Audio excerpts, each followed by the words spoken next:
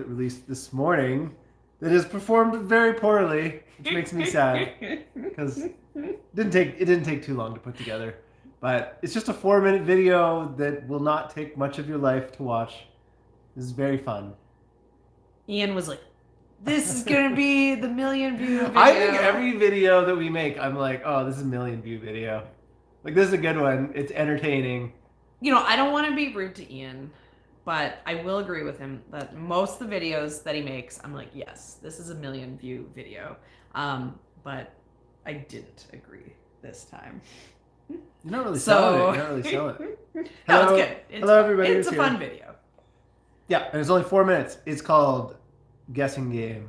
You have to guess which of the 4 markets that I give you a little, background info on sold the most this summer. It's useful if you want to know what our best-selling markets are. Well, I think it's fun because it's little, you can see what's being sold at different times of year. Yeah, it's fun.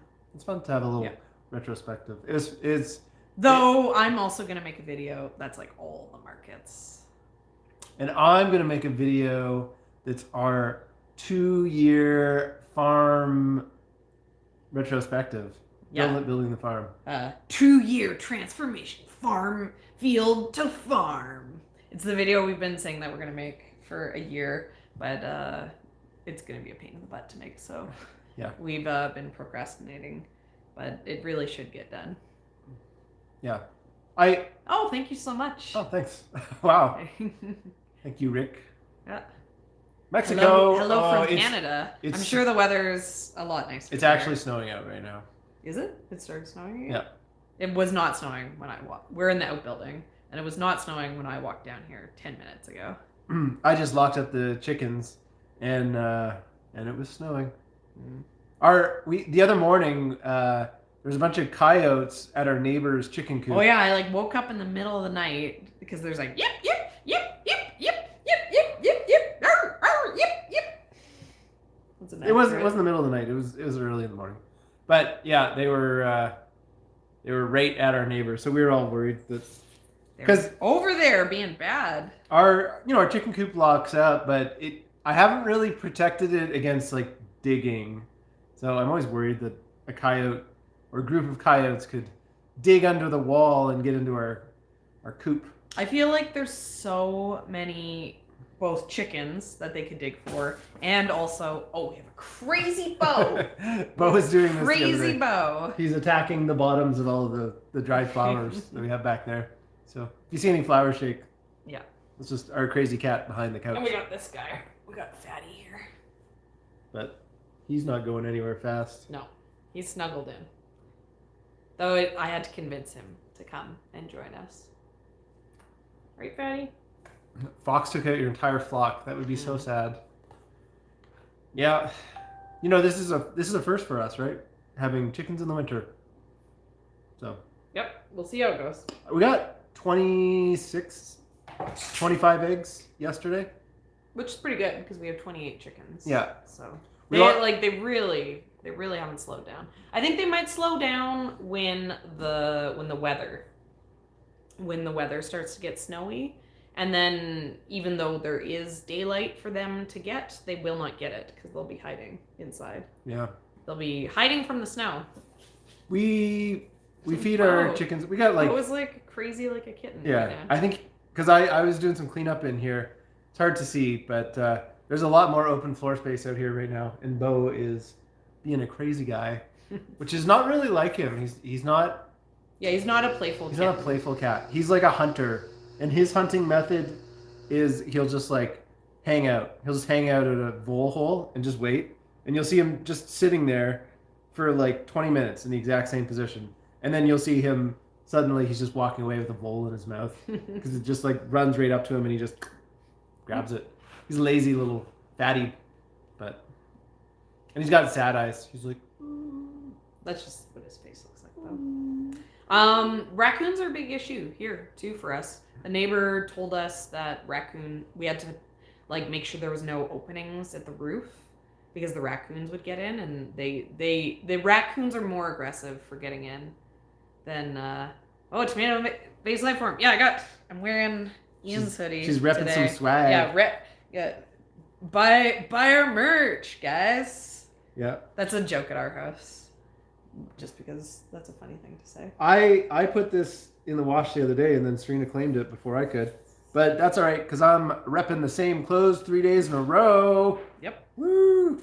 That's how you save on laundry. Change your underwear, change your socks, and the rest of it's all good.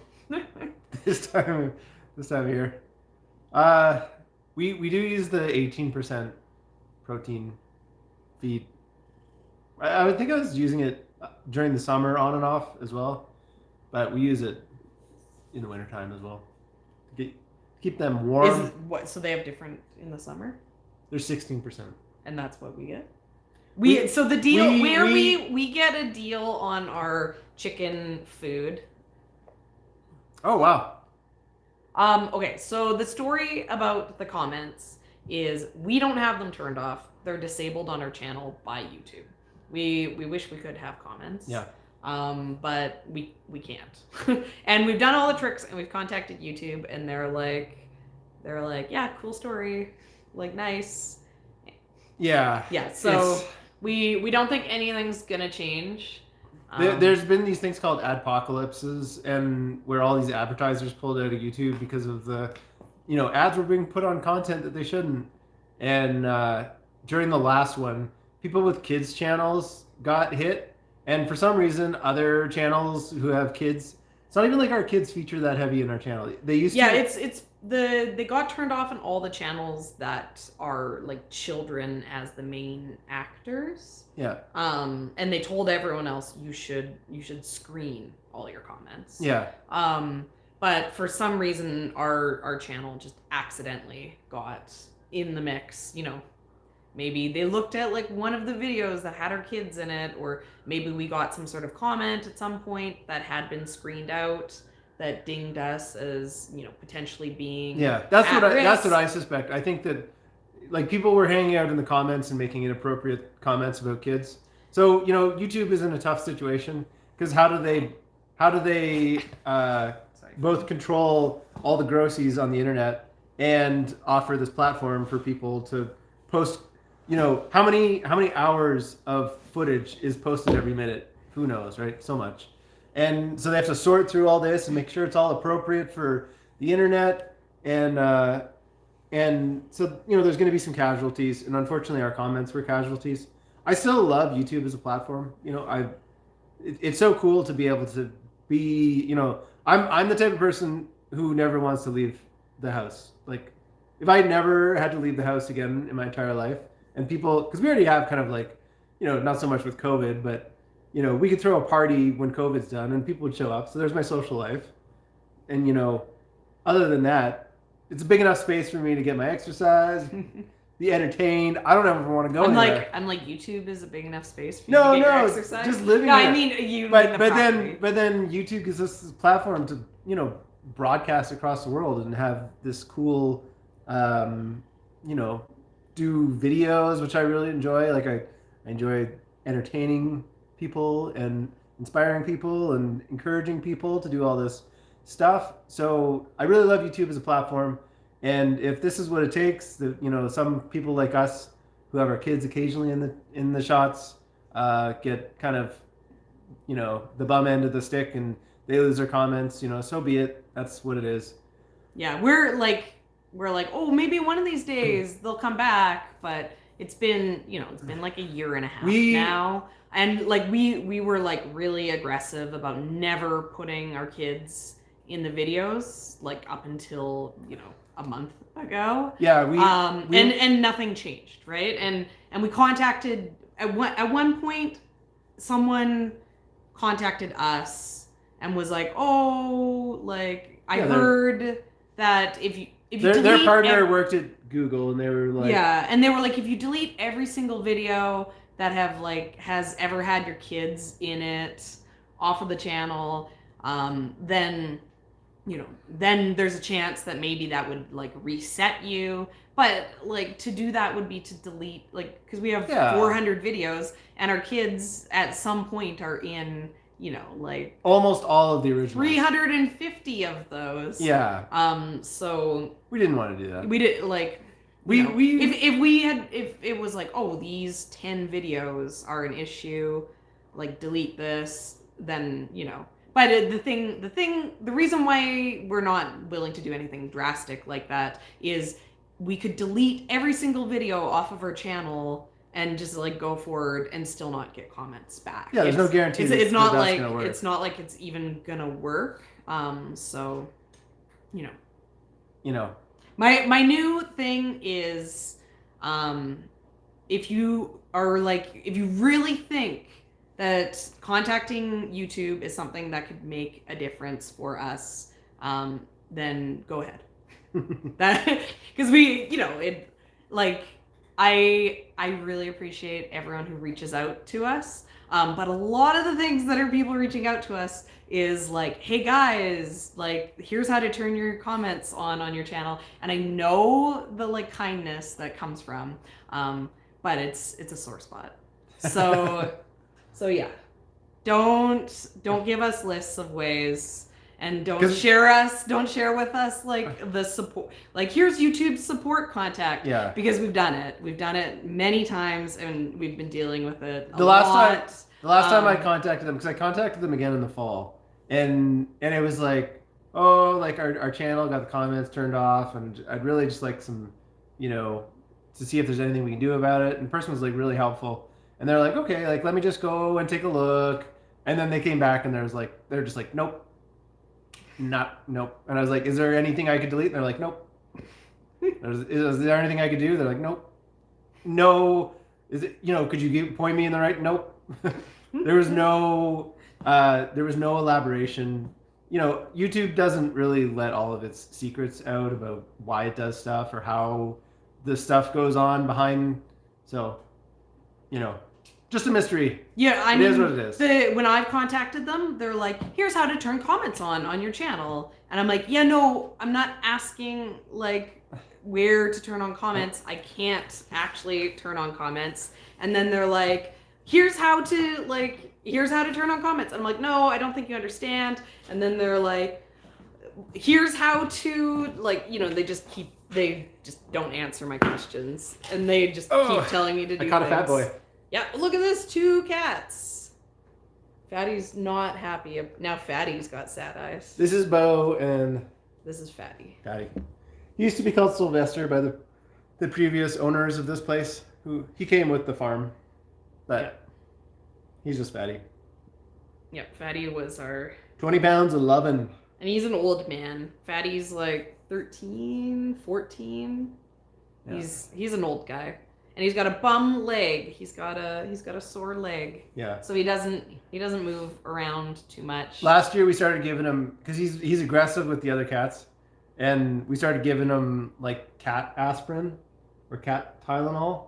Yeah, Vet was like, oh, if you give him this, it could help him. Yeah, and with his, so like, he started mobility. moving around more, and he started being more aggressive with all the other cats.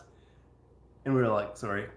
Well, no, the reason why we stopped isn't because of that. The reason why we stopped is another vet was like, you can't just like keep giving him painkillers. Oh, another vet was like, I don't know who told you to do that. Yeah. I don't know. There's not, sorry guys.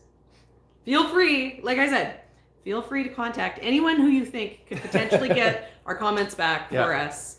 But I cannot be emotionally invested in them coming back because odds are they're not. Yeah, we've kind of written it off. Yeah, like we've given so many hours. We've given like Ian and I like have like very low amount of emotional energy that we can output at any given moment. So like there's only so many like poops we can give, right? Just in general in our life. That's why we get along so well. Because we're like, why would I care about that? Because there's only 4 things in life I can care about, and so that list needs to be very, very slim. So we're like, okay, the emotional energy that it takes for me to like love Ian and to like love our children and to love our cats. And then like a little bit for friends and family, like just like it just takes up all the emotional energy. So Yeah. there's no emotional energy to like care about like bad things, you know, and then there's no emotional energy left over to like care about like in the grand scheme of things so small in the list of bad things like comments for the YouTube channel, especially when there's like absolutely nothing we can do. I'm gonna interrupt you. Okay, because we need to. We should actually talk about. Unlike last video, where we at no point talked about the thing that we said we were going to talk about in that video. This time today we're going to talk about tomatoes. Now, here's my bit of backstory. Is this about tomatoes? Yeah. Oh, okay. This is tomato-based backstory. We actually know Kurt Stone, so the urban farmer Kurt Stone on YouTube, and we kind of knew him. He was in the friends group before he started farming, so we got to see his farm grow through the years and his YouTube presence, and that's part of the reason why we do YouTube is because Kurt called us up one day and he was like, because we had an Instagram that was doing okay, and he's like, you guys need to do YouTube. So we are very familiar with Kurt and the way that he farms, and one of the things that Kurt was successful at was cutting out anything that didn't make money. Any crops that didn't make money, they were on the chopping block. He was very brutal about, did it make me money? Did it make me enough money? Is it worth it? Farming has to be profitable. Ooh, it looks good. And that's the reason why I made that one. I was like, oh, this is an emoji that needs to get used. And tomatoes were kind of on his chopping block. I think he stopped doing tomatoes very early in the game. He stopped. Very early in the game. Yeah, it was like year 3, and he was like, forget tomatoes. He had a guy who came in and did his tomatoes for free. It was like a volunteer who came and did tomatoes. And even with the labor being free, he was like, no, they're still not worth it. That's how unprofitable tomatoes are. Kurt's numbers were always a little different because Kurt had plots, like he had people's backyards that he'd grow in, and he grew in his own backyard, and he had a few greenhouses kind of set up there, and then the neighbors he would grow in there, and then he had some other plots in the close neighborhood, and so, but like combined all together, I don't remember what it was. It was maybe like an acre of total space or something like that. It was less than that. At the max. And so we do have more space. So Kurt's, sometimes he'd be have different calculations for things because space. Yeah, because space was a constraint. Yeah. And we don't necessarily have. Not even, he could have cut things out that were still profitable for us if something else was more profitable, because he didn't have the option to do more. Yeah, he needed things, at least, he needed each bed at least to have 2 different crops in a year. Whereas we have the ability to plant some stuff that's just going to be there all year in the same spot, taking up its real estate, it gets harvested, and then we don't do anything else with that space. So that does change the way that we look at things a little bit. But tomatoes, we're going to cut down everything, but as far as the big tomatoes go, we're just going to focus on those pink Berkeley tie-dye because that is what people wanted. Well, I feel like there needs to be more backstory. No. Yes. No. There needs to be more backstory. We're moving forward now. No, because your backstory was like Kurt. Well, you didn't even talk about our growing of tomatoes. Okay, I'm going to talk now. I'm going to give backstory now. Okay. You know what? I'm going to go check on the kids quick. So you can but then you should come back. And then I'll come back. Okay. Yeah.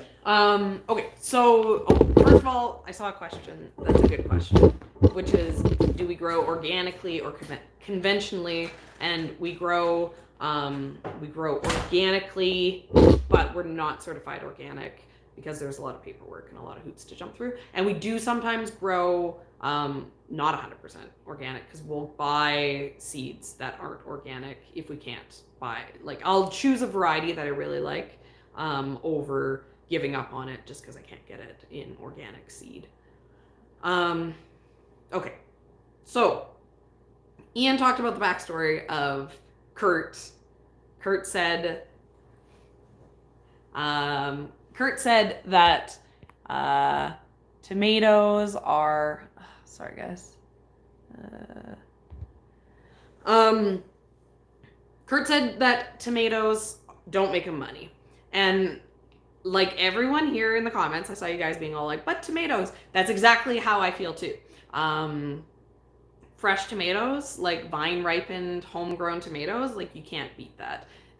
In our old like backyard garden, where this cat, he's hooked in. Okay, fatty. He's like, no, snuggle me. Okay, he's hooked in. There we go. Okay, in our old backyard garden, when we didn't have very much space for anything, we still grew 50 tomato plants, because 50 tomato plants is the amount of tomatoes that we need to grow to have our year-round supply of tomatoes. So that's like all the tomatoes we eat in the summer, and then all the tomatoes for canning and for freezing and for storing, so we can always eat homegrown tomatoes. Even when they're not fresh, we at least have our preserved tomatoes. So having those delicious tomatoes are definitely, it's a priority for us. So we figured we're going to be growing it anyways, so we might as well grow them for market, right? Like it's only a little bit more labor if we're already going to grow it anyways. We grow 2 types of tomatoes. We grow two types of product. We grow baskets of cherry tomatoes, and the baskets of cherry tomatoes that we have are like a mixed color basket. Mostly red, but then there's like some yellow and some orange and a green one, and we've had some of the like stripy ones, and we've had some like the brownie colored ones. But yeah, so we have these, and they do well. And I do play around a little bit with what goes into the mix of cherry tomatoes. The majority of the cherry tomato is, what is it? It's Sakura. So Sakura is the name of the big red cherry tomato that makes up the biggest chunk in that. And the cherry tomatoes, they do well. We sell like a basket here. I just randomly have some of these pint baskets beside me. So this is what we sell our cherry tomatoes in. So we do a pint basket of cherry tomatoes, and we sell this for $5, and this sells well, and this makes money. Selling this much cherry tomatoes for $5 makes us money. And especially because the other part of it is, it doesn't only matter how much the price is, it's also volume, right? So just if I could sell like 4 of these per market, that wouldn't necessarily mean that it's a good product, because I can produce a lot of pints of cherry tomatoes. And in general, we did have some stuff coming back. We didn't sell it all, but we sold a good amount of cherry tomatoes. So I don't think we're gonna up our cherry tomato production for next year, because we're hoping to add more markets. We're hoping to sell more often, to therefore increase our total sales. But I don't think we necessarily need to have a lot more cherry tomatoes. We can just keep at the production that we're at, and then if we can sell the majority of our production, then it's profitable. So cherry tomatoes aren't bad. Another thing that we grow, which has sometimes been mixed in with the cherry tomatoes, and is sometimes sold on its own, is my absolute #1 favorite tomato is Juliet. And it's the best. I love it. It around here, I've seen them in the grocery store, and they're sold as saladette tomatoes. And I think that's an excellent name for them, because they're dry, so when you chop them up, they chop up really nicely. So they're great for putting into salads, because a cherry tomato, you chop it up and it's so juicy, it almost explodes. And so it isn't a great tomato to put into a salad, because it's just kind of mushy and juicy. But the Juliet, it's great. You chop it up, it works really good. The Juliet too, you can cook it. You know, it's in the family of like aroma, where it's dry like aroma. It's just smaller. It's bigger than a grape tomato, smaller than aroma. They're about that big. So I really like those, right? So if I had a customer who was coming to me, you know, and I had 1,000 options of tomatoes, and they told me, oh, I'm making a Greek salad. I have these cucumbers that I bought from you, but I need a tomato to go with my Greek salad. The tomato that I would recommend every time is Juliet. And you can also eat it as a snacker one. So I'm not giving up on Juliet. Juliet is still sticking around. Also, Juliet is like so productive. Juliet is one of the earliest to produce, and it goes strong all season. It does not slow down at all, right? Oh, Ian smells like gummy bears. Haha. Feeding the Here, kids candy, and I took my cut. Smooch this. Okay. Some Are you? Okay. save up some treats for the kids on Oh. live video day. Oh, Ian was stomping snow off his boots as he came back inside. Because we're in the outbuilding. Oh, Fatty's in the middle now. Yep. Yeah, okay. Juliet, what do you think? Right? Because I wasn't at markets this year. So, right? Because I was saying that the cherry tomatoes are profitable, that they sold. Yeah, right? but people like the colored mixes. Yeah, they like the colored mix. We're not changing the colored mix. People don't buy people don't buy the Juliets in the same way. That's my opinion on them. As much as, but there's still like a place for them. Yeah, there's a place for them, but not as a focus. You know, we can have a bunch of them, and they can act as fillers in our. Yeah, the other thing too is if we run out, if the week is low for the cherry tomatoes, we can throw the Juliets into the cherry tomato mix to bulk up the cherry tomato mix. No one would complain about having Juliets in with their cherry tomatoes.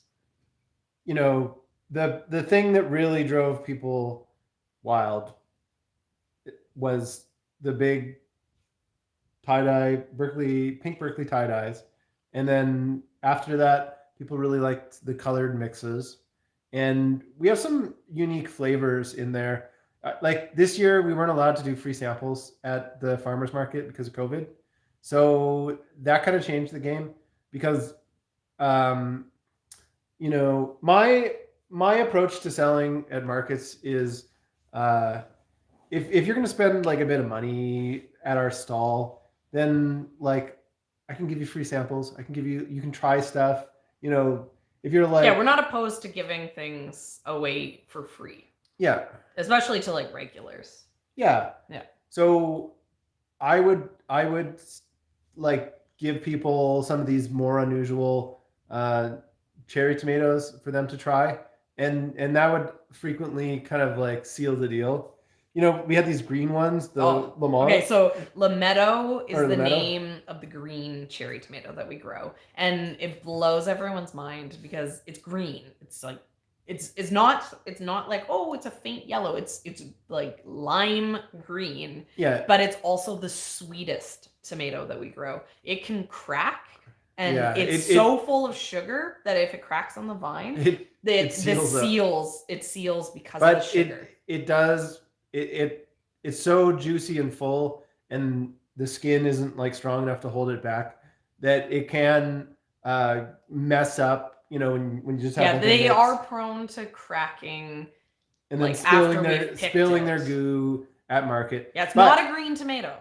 It's a tomato that's green but ripe. Because green tomatoes, like fried green tomatoes, are just unripe tomatoes. This is one that tricks your mind because you're expecting this, like, you know, I'll tell people like this is the sweetest tomato we have, and people will be like, and then they'll try no one believes, and they'll because be like, of the color. You know, they put it in their mouth and it kind of like fries their brain a little bit. So you know, like that's just fun, right? Yeah, that's like having the cucamelons. Everyone thinks we're like, this tastes like lemon.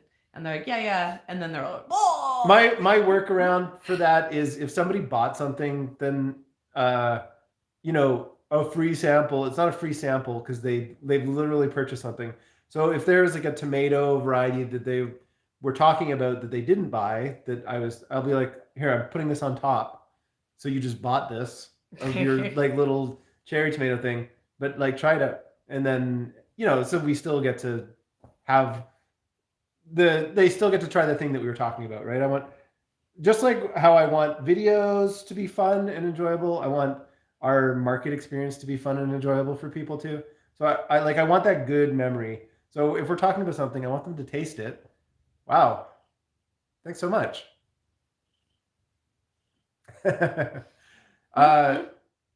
And another one that I talked up a bunch at the market this year was that striped Juliet style. Oh, okay. Yeah, so I'm obsessed with Juliet. So when I was on Johnny Seeds last year, they have these like stripy.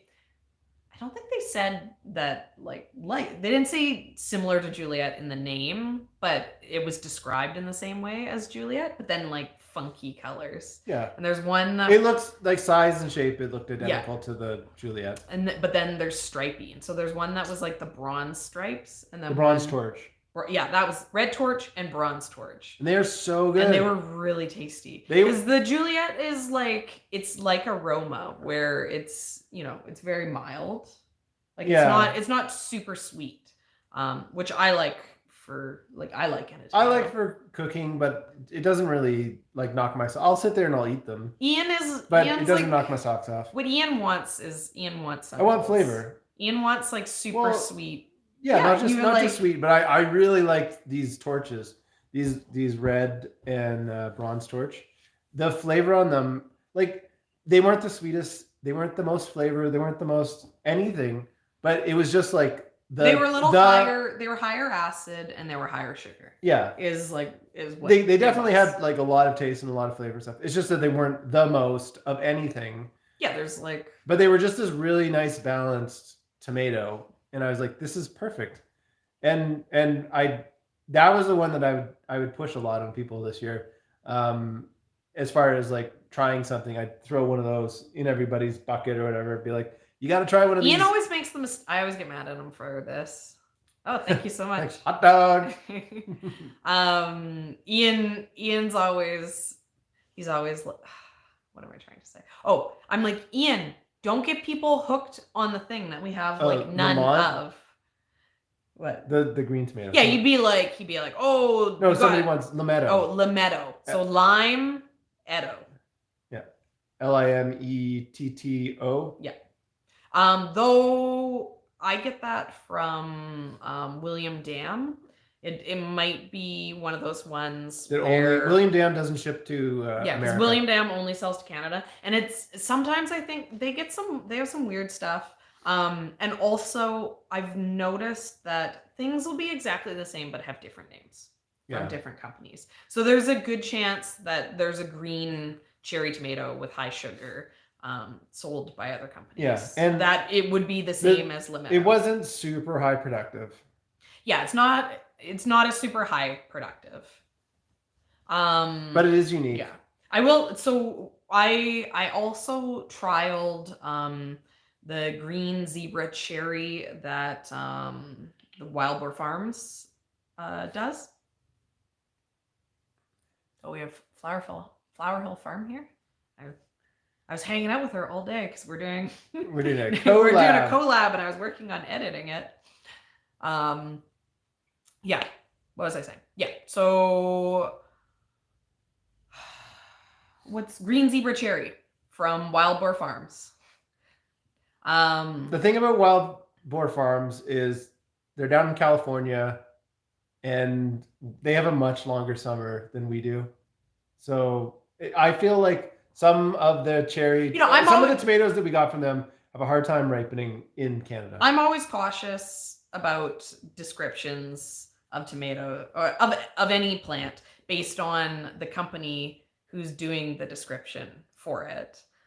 So obviously if I'm buying from a place in California, I'm going to be a little cautious about things that are, longer season tomato, because we might not have what California considers a longer season. We have a great climate for growing tomatoes, but we don't have a long season to get there. So yeah, we definitely have a better season than a lot of places in Canada, because we probably have like the best, some really good months. The best in Canada. I'd say. Yeah. And, better than some of the places in the South, because some of the places in the South, one of the reasons they're it's so good. They're all blight. Yeah, we don't have blight-ridden. We don't really have the disease problems. Yeah, here. we have like no blight. Because we have a cold winter, and then there's no humidity in the summer, so it just makes life super easy for disease when you don't have the moisture. Okay. You all caught up on questions there? You got something queued up? So what I didn't talk about. How many okay, quantity of tomatoes? How many quantity of tomatoes did you grow this year? 400? Oh, thanks so much. Sending us hot dogs. Well, I like it. I think it's funny. No, okay, so how many did we have last year? We had a lot of tomatoes last year. We had 350 tomato plants. Yeah. Because there was a lot. And that was like being restrained. I was like, I'm not going to plant the leftovers this year. Because the year before, so the story is the year before I grew 1,200 tomato seedlings for a seedling sale. 1,800. 1,800? So, hot dog. Yeah. So I grew 1,800, which is even more than 1,200. And then I sold like 300 tomato plants. So we were left over with like an insane amount of tomato plants. We were left over with so many tomato plants because I have like a handful of places that I can donate stuff like that to. And even with places to donate our leftovers, see green zebra. I hate green zebra. That's like on my like don't ever grow it. The worst tomato I've ever eaten. But yeah, too many tomatoes. And I planted all these leftovers that weren't things that I was intending on planting. I didn't grow it to plant for our garden. They were just left over and I didn't want them to go to waste. So I just planted them. Yeah. We tell our daughter doesn't like tomatoes and we tell her that like she can't be part of the family. Hot dog. But she came up with a really good counterpoint this year. Oh yeah, she had the best argument for why it's good to have a member of the family who doesn't like tomatoes. Yeah. Do you remember? Yeah, because she picks our tomatoes. Yeah, she helps us harvest. And says that she's faster because she doesn't snack on them. Yeah, she's like, I'm actually really fast at picking tomatoes. You guys take too long because you eat too many. So it's good that I don't like tomatoes. Somebody bought up raised beds, and how you don't like them, but that is like a rant. For like 2 years. I've been saying that I need to make this rant. This rant video. The reason I hate for one, our climate is horrible for raised beds because we have this dry climate, like I said, no humidity. Yeah, there's no advantages to raised beds for us here. There's advantages to raised beds if you want to get like an early start in the spring and you want that heat into the roots. But even then, there's techniques that don't involve raised, like actual physical, like out of wood raised beds. There are times that you'd want to, and aesthetically 100%. There's 2 reasons in my mind to have like a tall wooden raised bed. The first reason is aesthetics. You like the look of it. You think it makes like your garden look more formal. And then the second reason is that you have an actual like physical like disability that makes it so it's hard to be bent over. Mm-hmm. The flip side to that is if you're hot dog.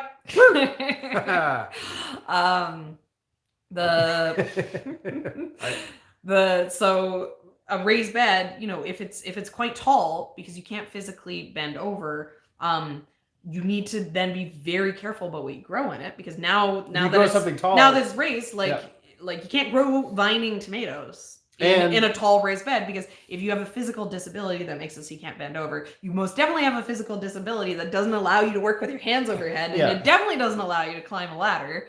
But like trellis tomatoes up. You just get a hoe, right? You plant it in the ground. The major thing that we're like, if you don't need raised beds, you don't need them, is that they're cost prohibitive, right? We're big old cheapos. The main reason is that that like, and this is like People- this is the rant. The reason why I'm like have a passionate rage against raised beds is that for me it represents the gentrification of gardening, right? And I'm on all these groups and I'm with like hear all these people who are like, I wish I could have a garden, but I can't afford raised beds. And because I can't afford raised beds, I can't have a garden. And the fact that anyone would ever think that like they couldn't have a garden if they couldn't have a raised bed just makes me throwing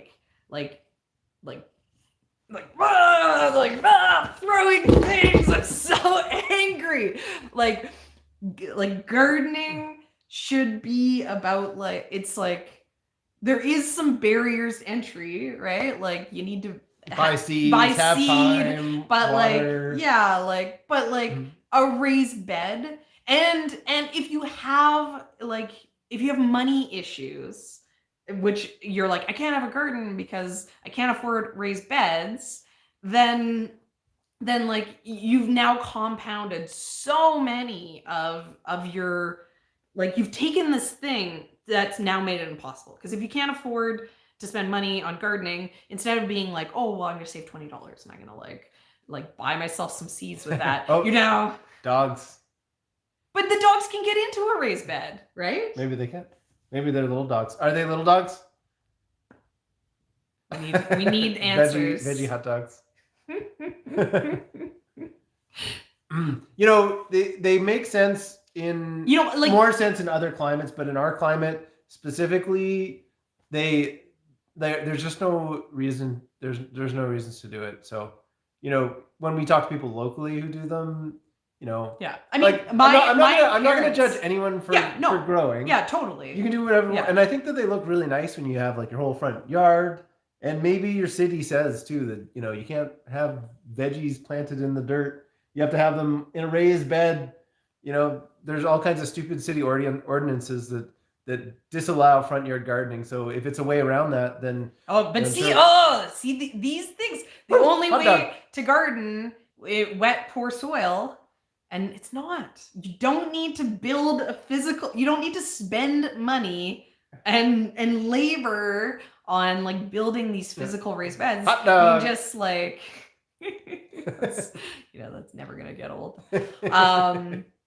You can amend your soil, great, because the cost of you build them and they cost hundreds of dollars, and then filling them, right? Yeah. Like filling them then is like insane, and time too. Yeah, and like if you have, okay, so my number 2 reason for like why it makes sense to have raised beds of like you have like physical issues.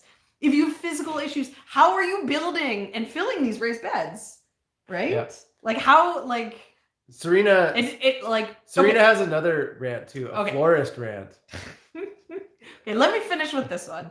This is like my end. So the reason why I have so much rage and the reason why I want to make this video so badly and then like title it with like something like really inflammatory to make people click, right? Is that when I tell people that they like, I'm like, oh, there's like a million options other than raised beds. They're like, you are wrong. I'm like, no, there's like all these other ways you can deal with your issues without using raised beds that'll save you like time and money and are better issues. And they're like, I have never heard of this. I've never heard of this not having a garden in a raised bed.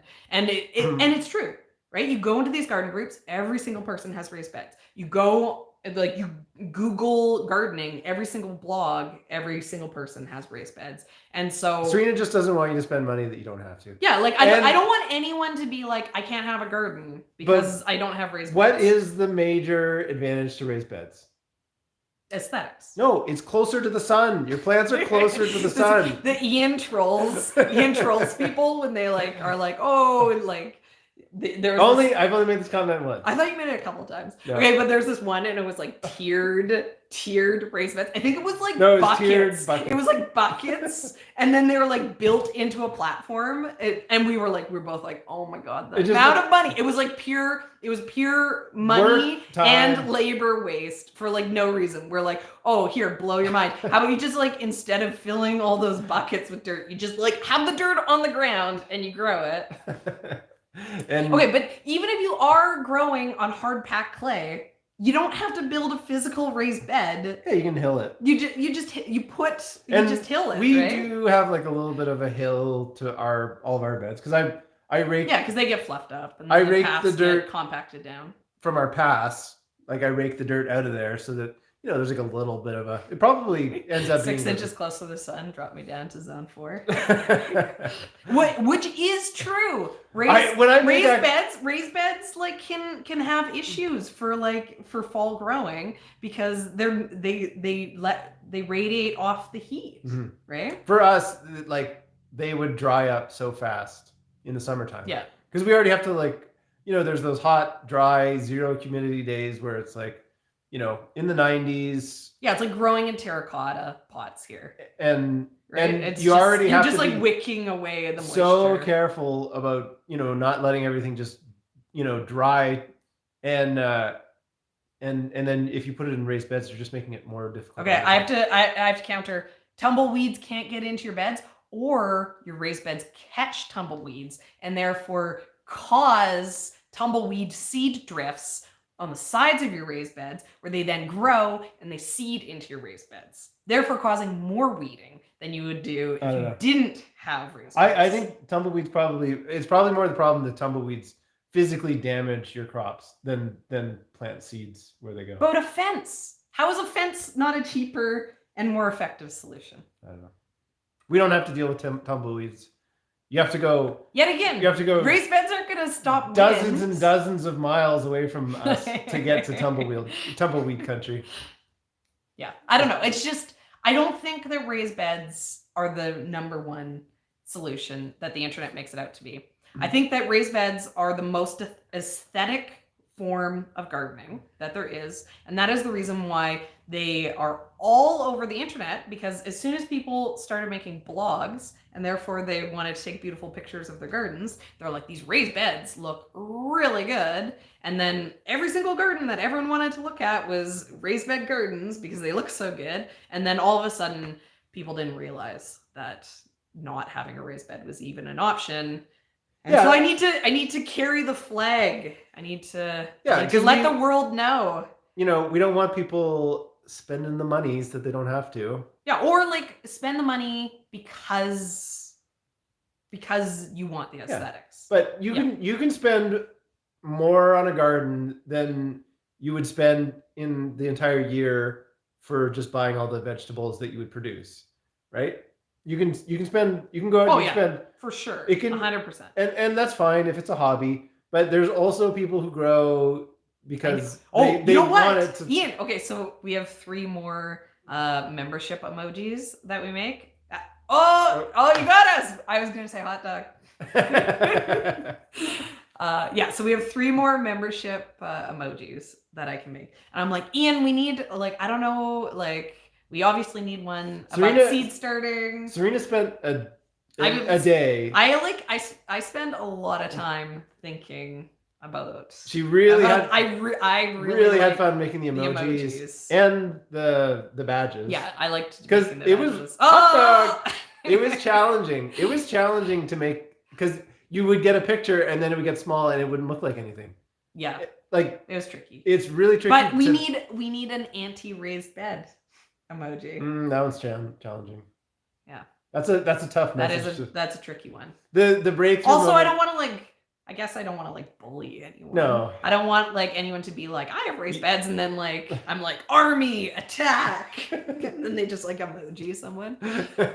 We already have. I like the team flower, team veggie emoji. Oh, let's do that. Okay, roll call. Okay, so we have an inside joke that Ian is team flower because he's all we gotta grow all the flowers, and I'm all anti.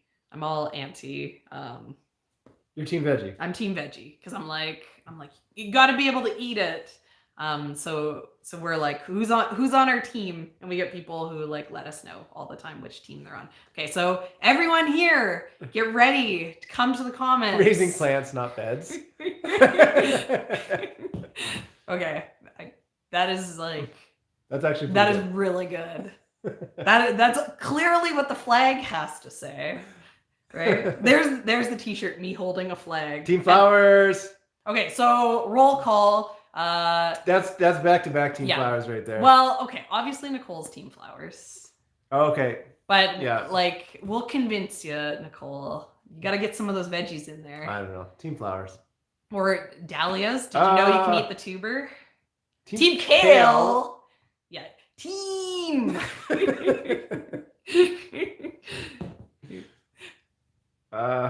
Team veggie. Okay, it is kind hard of getting to pick. tight. It is hard to pick. I do agree. I mean, I like to eat, so. You know, we laugh. Team Flower. We laugh because so many of you guys who like contact us are like Team Tomato. Really, Team yeah, Tomato. Team Tomato. We're Team Tomato. Tomato-based life forms. Yeah, so many of you guys who contact us are all like, "Oh, Serena, you've convinced me to put flowers into my vegetable garden this year," or you know, you're just all and you Serena's like, and "That's I'm not the message." No, I'm like, how do we turn into? But Team our garden before Team we were Candy, farming. we're team that too. Before we were farming, when we were just gardening, our garden got more productive when we put flowers in. Yeah. Because we had a year like that was this. We had a year where we didn't get any zucchini production because nothing was pollinating. So then the next Team year, Taco. the next year we planted a bunch of like bee balm and So and you know then we started were in an urban area, right? So I'll be right back. And we had like a fence around our yard. So we put in a few really tall flowers. We put in some like crazy tall, like 5 foot tall bee balms and you know a few other random things like some cosmos into the garden. And as soon as we did that, it brought all the pollinators into the yard. You know, kind of it was like a beacon up for when they'd fly by, they'd see it, and then they'd stay in the garden. And so even though I actually sacrificed, let's say 5% of my growing space to flowers, at the end of that year, my production out of my garden, even though I had less planted, you know, it wasn't like 50-50, right? It was only a small amount that I gave up to flowers, but it did produce more. So that really shocked me. That was like, whoa, maybe I can't be so black and white about things in gardening. Maybe I need to make some space for the gray area when it comes to gardening. And that definitely kind of changed how I thought about a lot of stuff. Okay, we're almost at an hour and I still haven't gotten to the tomato plant thing.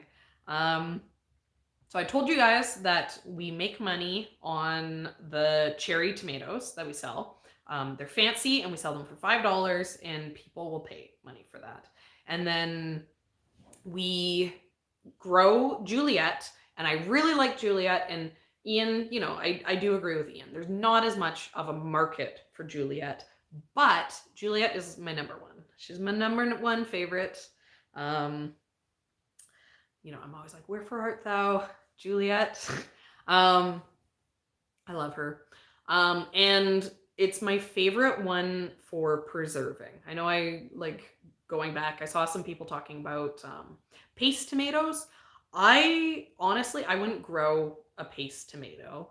I just grow Juliet because it functions exactly the same as paste tomatoes. And for me personally, when I can, I'm not canning full tomatoes.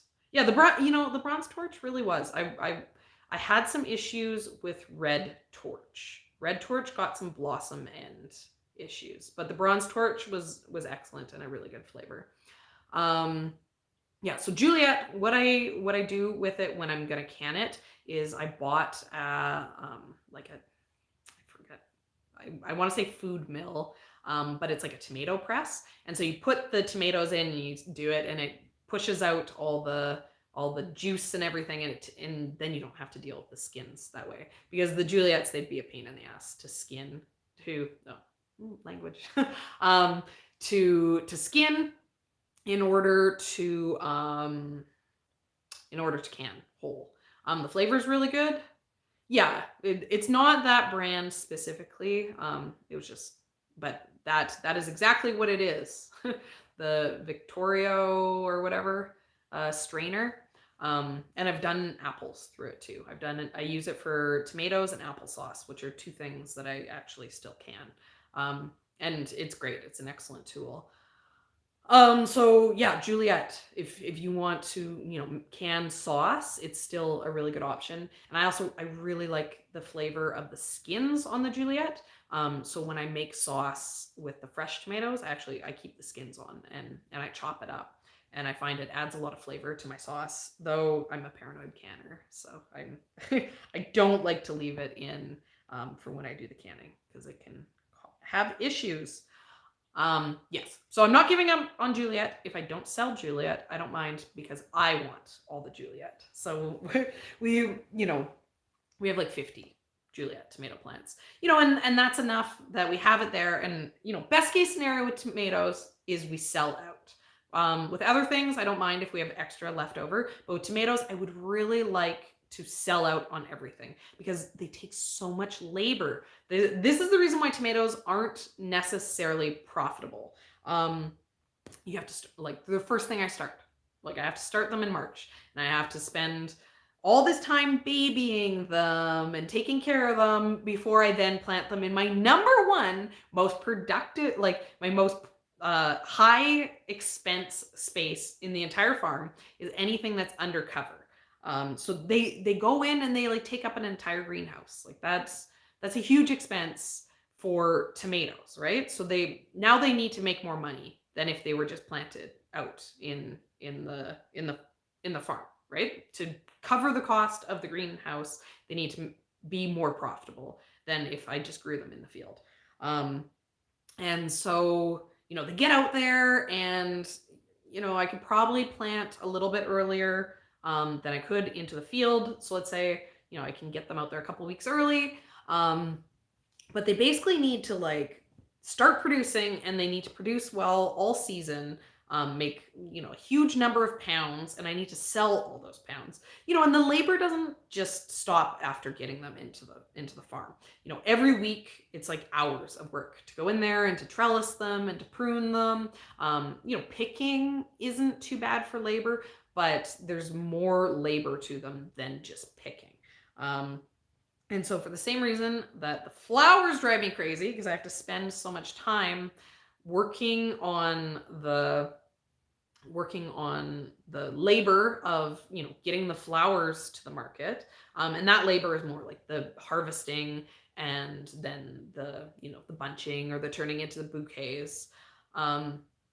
The tomatoes, they're a lot of work to grow, a lot of work to harvest. They have handling issues. Tomatoes, you can't put them in the cold. Like you can't put them into a fridge because they don't keep as well. But they don't keep good in the heat. So you need this like weird in-between specific temperature for tomatoes. Yeah, but so they drive me crazy. They make me grumpy. Right? So by the end of the year, I was all like, tomatoes, I'm so mad at tomatoes. And the thing that I'm the most mad about at tomatoes, yeah, Ian went back inside. He's probably gone for now. He probably has to put my children to bed, but I get to hide out here. Oh, thank you so much. Jean. It's always so awkward to say thank you to people with their names because my vision has a really hard time with the chat. And then I'm bad at pronouncing people's names, but thank you. Thank you so much. Old coffins, raised beds or coffins. I like that. Okay, distracted. As much labor as it is to get, oh, we got a new member. That's exciting. Oh, thank you so much. Okay. I get so distracted sometimes. As much work as it is to get cherry tomatoes aren't as bad as the bigger full-size tomatoes because a cherry tomato, it flowers, it blooms, it sets fruit, and then the fruit ripens, and that process is a couple weeks. But the thing that drives me insane about the bigger tomatoes, the thing that I get very, very grumpy about is the fact that they produce. Sorry about that. Alarm for my kids to go to bed.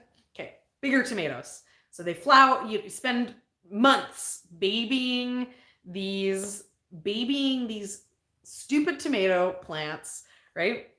And then they finally bloom and you're so excited that you're going to get some tomatoes and they set fruit and it takes forever and it has this big fruit and then it just sits there.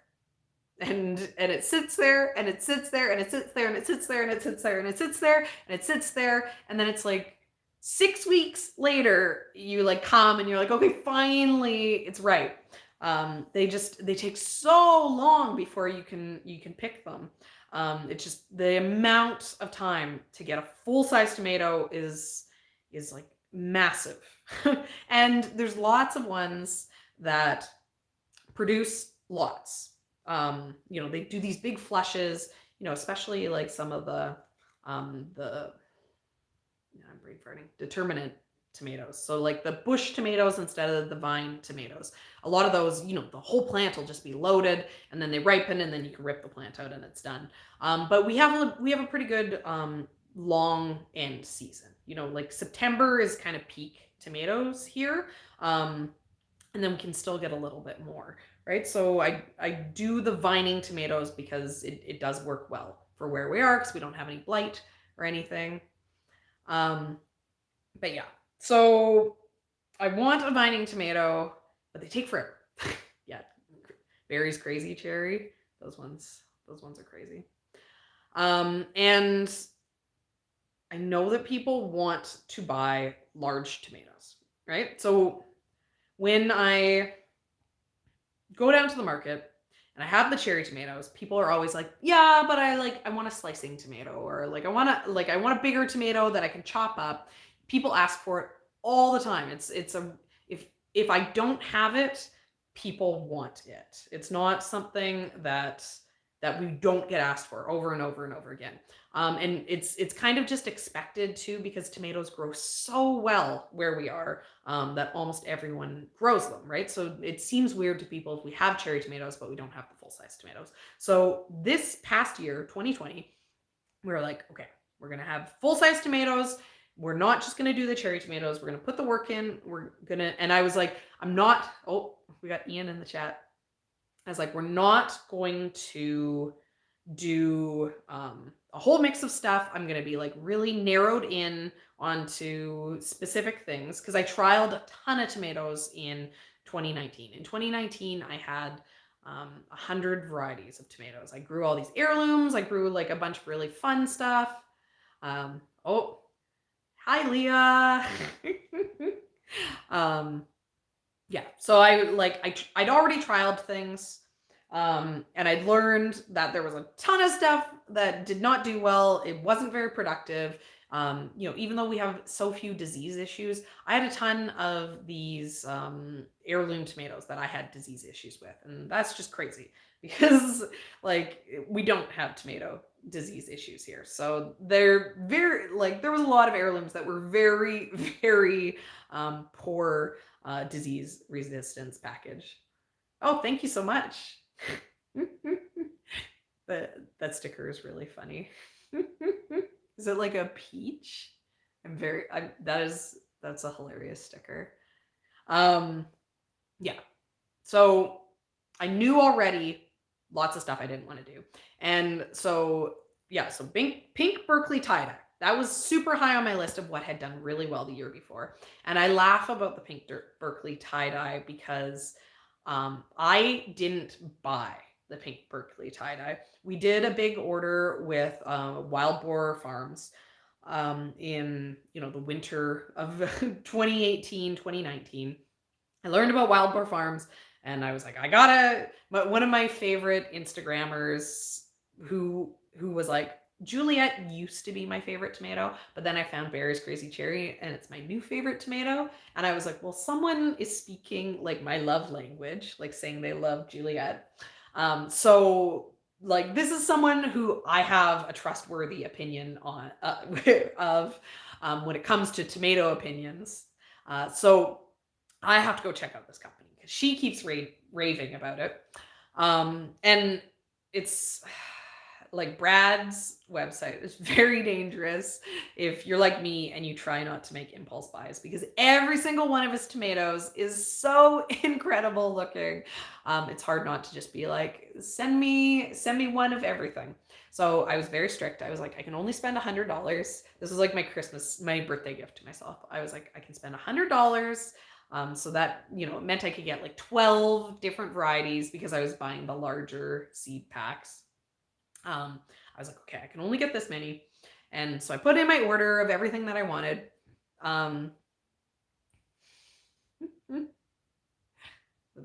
Ian, your chat is distracting me. Your chat is like very, very dominant in the chat screen.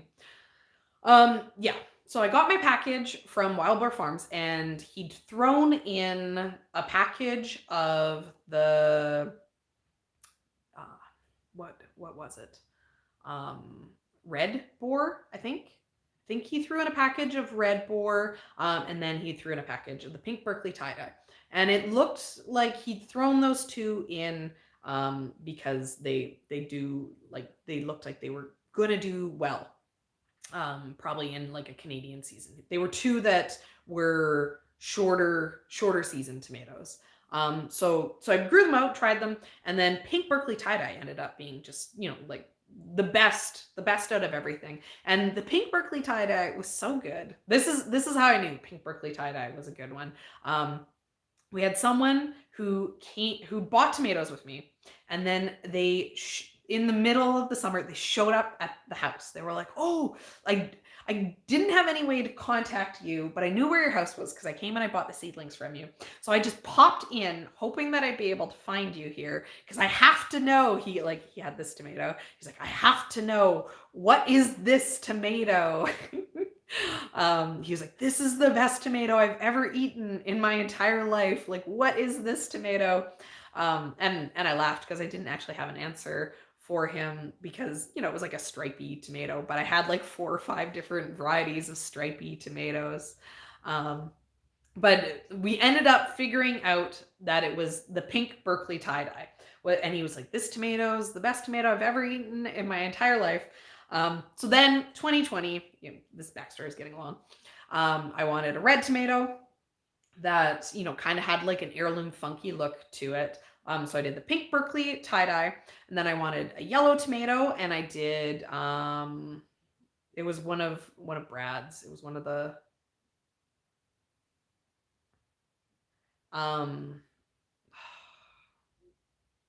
Yellow Boar. I don't know if Ian's still here. Can't remember the name. It's, anyways, it was a yellow stripy tomato. I know that the more I think about it, the more I'm gonna it's gonna drive me crazy. Anyways, yellow one. And then I bought this like really expensive greenhouse, high production, absolutely perfect, unblemished tomato called Big Dina from Johnny's. And that one I loved. They were insane how perfect they were. It was like every single one was like, it looked almost, like someone had like drawn a picture. It was so perfect. It looked like you'd gone through the grocery store and like tried to find the most perfect tomato out of the pork chop. There we go. Thank you, Ian. Other people know. Yeah. So this Big Dina, I really liked the Big Dina. It's one of the ones that I don't like a soft. Like, I find a lot of the heirlooms are like mealy, like they're soft and like kind of like gritty. Like, I don't like the texture. I like a tomato that has like firmness to it. So I really liked the Big Dina. But yeah, so we had these 3, but back to my frustration.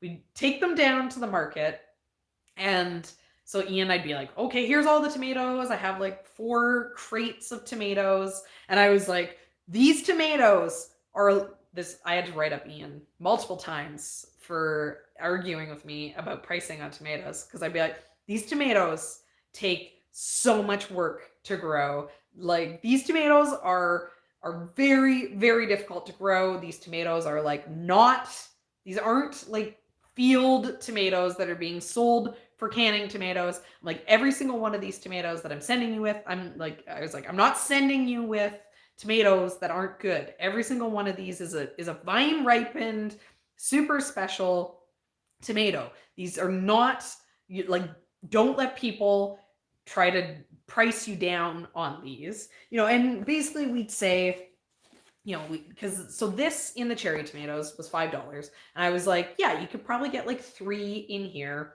and you could sell that for $5.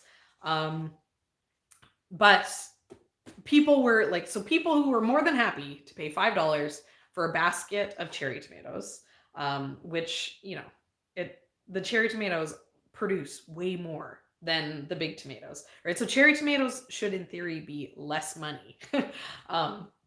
Than the bigger tomatoes. But yeah, so those people were more than happy to pay $5. There was no world in which they were going to pay $5 for these big tomatoes. Everyone thought that, oh, like, I'm not going to pay you more than $1 for these tomatoes. And I understand. I get it, right? Like, you go around our farmers market and people were like, oh, like 19 cents a pound, right? Like, people would be like, oh, I want to buy. I'd get contacted all the time. People are like, oh, thank you so much.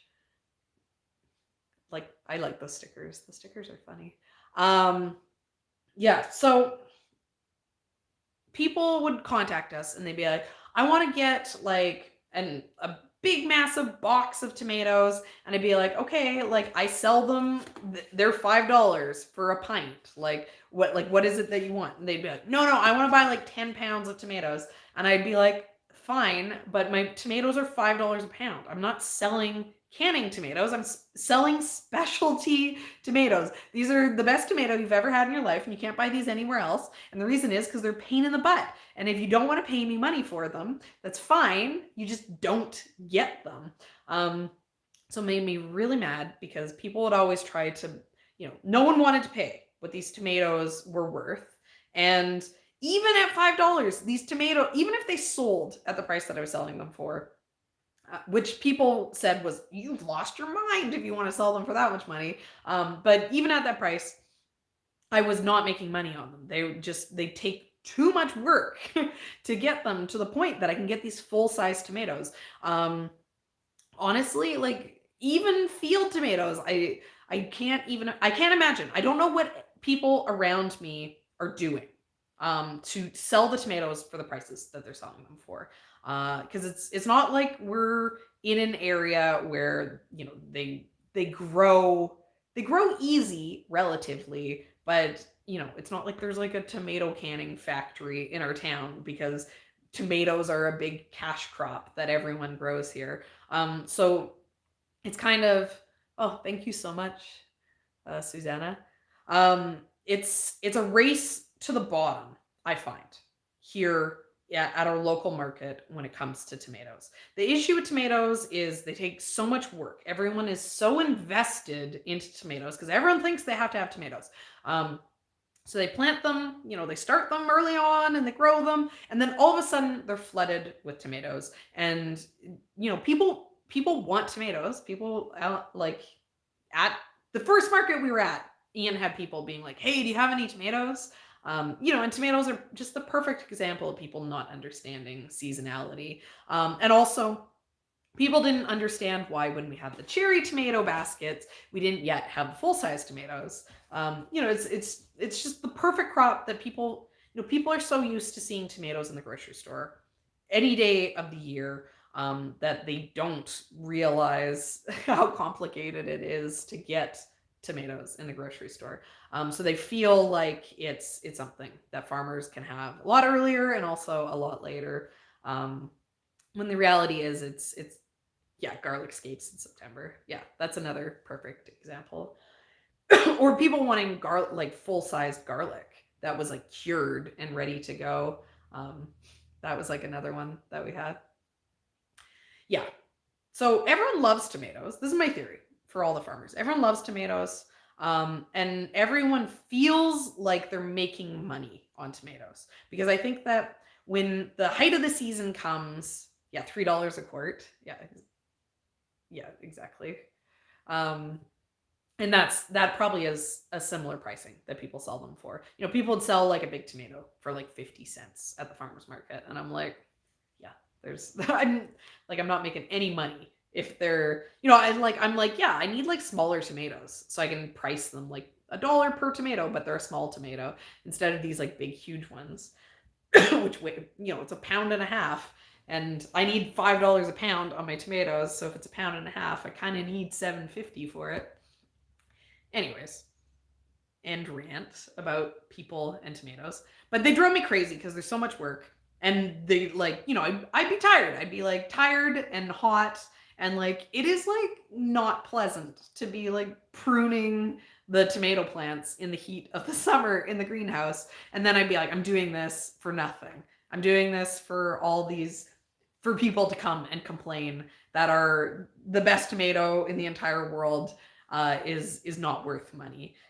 So there was a lot of grumbling and a lot of anger. So I was like, and me being angry about things is a good thing, because every time I'm angry about something, I realize that I shouldn't be angry. The fact that I'm angry means I'm doing something wrong. So the new plan, you know, the plan is always to not be angry, to do everything right, not have these things that are driving me crazy. So I was like, no tomatoes next year. If you don't want to pay for them, you're not gonna get them. And then Ian convinced me. He's like, no, listen, I'm bringing back all these tomatoes. They're not selling. And also, guys, like, it's not like these tomatoes went to waste. There was like a few that I like didn't get to. But like, we just loaded up our freezer. And like, I'm 100% willing to pay myself $5 a pound for my beautiful tomatoes. So I was like, you know what? If you don't want to pay for them, that's nice. Like, I want them. So like, go away. So yeah, there's like lots of good. The tomatoes are being cherished like they deserve. Those tomatoes, people who didn't want to cherish them at the price that they needed to be cherished, they just didn't get them, and I get them because I love them enough that they can get valued by me. Anyways, Ian convinced me that there was still a market for tomatoes, because he told me, he was like, listen, no one grumbles about your price for the pink Berkeley tie-dye. He was like, people are like, they come to us like first at the farmer's market when we have tomatoes because they want to get those. Sorry, guys. Oh, Fatty's here. He's right here below the camera, and I've been petting him this whole time. But it's just like a cloud. Like, I can see it. Like, it's a cloud of cat hair. So I'm inhaling all his little dirty cat hairs, and he's killing me. Okay, so these tomatoes. I don't use a heat pad for my seedlings because what I did was I basically turned my bathroom into a germination chamber. The temperature in the room was like 90 or like 95 because I have a radiator that I can control, and then all the lights, I had so many lights in there, that the room, it probably got up to like 90% humidity, and it was like as hot as a heat mat. I'm not allowed to do that in the future. So that is something I will be buying this year is heat mats. Because yeah, using a heat mat for those, for stuff like the tomatoes is like night and day. They germinate very, very, very well with a heat mat, where they can take like a month to pop without it. And ain't nobody got time for that. Okay. So Ian was like, we got to grow these pink Berkeley tie-dye. People actually want to pay your stupid prices for pink Berkeley tie-dye. He said he got all these people coming to him at the beginning of the market to buy the tomatoes because we would sell out of them. We didn't get very many pink Berkeley tie-dyes coming back, which I didn't mind because my favorite was the Big Dina. So I was like, oh, more of these Big Dina ones. Yeah, so people really liked that. By the end of the tomato season, Ian had lots of people who were telling him that we had the best tasting tomatoes out of everyone in the entire market. And what they all meant was the pink Berkeley tie-dye. And then we have a friend, sorry, it's still cat hair. We have a friend who said that someone was telling her about, I had the best tomato I've ever had. It was the most amazing tomato. I couldn't believe tomatoes tasted as good as these tomatoes. And she's like, oh yeah, like I shop at the farmer's market. Like where did you get it from? And they're like, I don't know, like some red something. And she's like, oh, like Red Roof. And they're like, yeah, that's it. Those people, the best tomato ever. Because, take with a grain of salt with what all your fans are telling you. What you really want to know is like all the bad stuff people are saying behind your back. So pretty exciting to hear that people, not just excited, like not our regular customers are like, I really liked your tomatoes. But people, outside of that were saying that this is like the best tomato they'd ever had. That's kind of crazy to have found the best tomato that everyone has ever had. So it feels like we could really go with that tomato. And then I also saw in the comments a couple of you mentioning restaurants. And so customers like at the farmer's market, they can be, like there's different customers, right? Like some people want to buy the best tomato they've ever had in their life. And then some people want to buy the cheapest tomato they've ever got in their life, and I'm the person who wants the cheapest tomato ever. So I can 100% relate to those people. But I also don't I'm not really a farmer's market shopper. I'm not my ideal customer. So, just because I can relate to those people doesn't mean that I want to make my farm for those people, because if I made people like me the ideal customer, they'd be a horrible customer because they all grow their own gardens and, start their own farms. But yeah, so this pink Berkeley tie-dye we can chase that customer who's like, I'll pay what it costs to get the best tasting tomato I've ever had. And that customer is also very much the restaurant, kind of the chef customer. If you have something exceptional, chefs can, you can find a customer in chefs that are willing to pay what it takes for you to grow this thing for them, because they want to have the best thing ever, and they can make a recipe. They can have like a tomato salad, and they could be like, this is the best tomato salad you've ever had in your life, and you'll get it and you'll pay $20 for it, and you're like, oh my god, this really is the best tomato salad I've ever had in my life. And it's because they use the best tomato that anyone's ever had in their life. And they, because they're charging $20 for that tomato salad, they can afford to pay $5 a pound to get in those tomatoes to make that tomato salad. So it all kind of makes sense that way. And I feel like, we've talked about it, in our videos and stuff, where we're not really going after the chef customer, because one of the issues that we have with the farm is that we don't have huge volumes. We're not growing a lot of stuff, and we've purposely not grown a lot of stuff because we don't want, what we're working on building up is the direct to customer sales. Like that is kind of our preferred sales route. So, we really like doing the farmer's market, and we really like getting the customers to come to us and buy from us.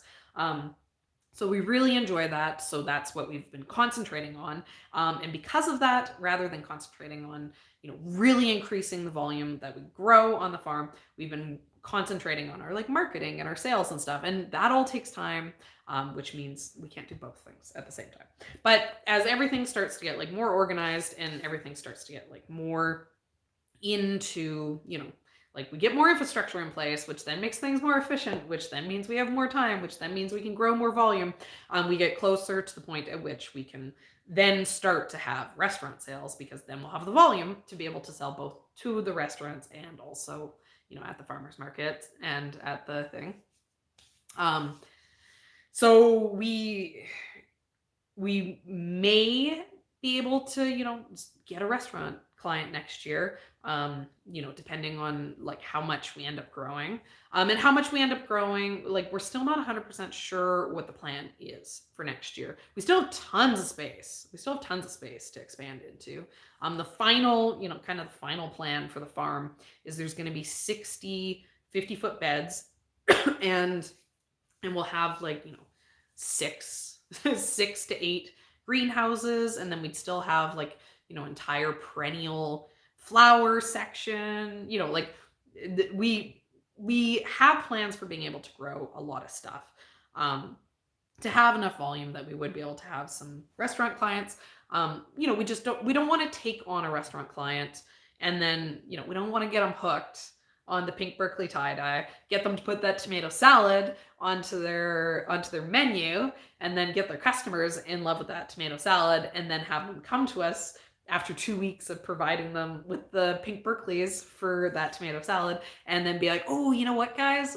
There's like, we only had 5 plants of pink Berkeley producing for you, and so like there's a lull. We won't have any until next week. And they're like, I literally made a menu around your ability to provide me with that. Oh, like now I have this like issue. Like, you know, we want to be able to be a good, like we want to be able to have a good relationship with our restaurant customers. And to do that, we need to, you know, be good at growing, be good at business. You know, we don't want to burn bridges before before we build them. So we're very cautious and very slow about this idea of taking on these people that we would want to cultivate in the future. But so next year, yeah, cat hair, fatty, so many cuddles. Okay. So next year, the plan is no big Dina, even though I loved it. It was like $1 a seed. So I can't even grow it for the seedling sale. It's too much money to be able to grow other than to produce tomatoes for myself. So goodbye, Big Dina. I loved you. Maybe we'll see you again. No pork chop, no yellow tomato. Yellow tomatoes are fun. You know, maybe I'll have one. I'm sure I'll grow one for the seedling sale. So, you know, maybe one that I'll plant into a personal garden spot, but only pink Berkeley tie-dye. And we're going to do a lot of pink Berkeley tie-dye so that we can have, you know, have the amount that we brought down to the farmer's market.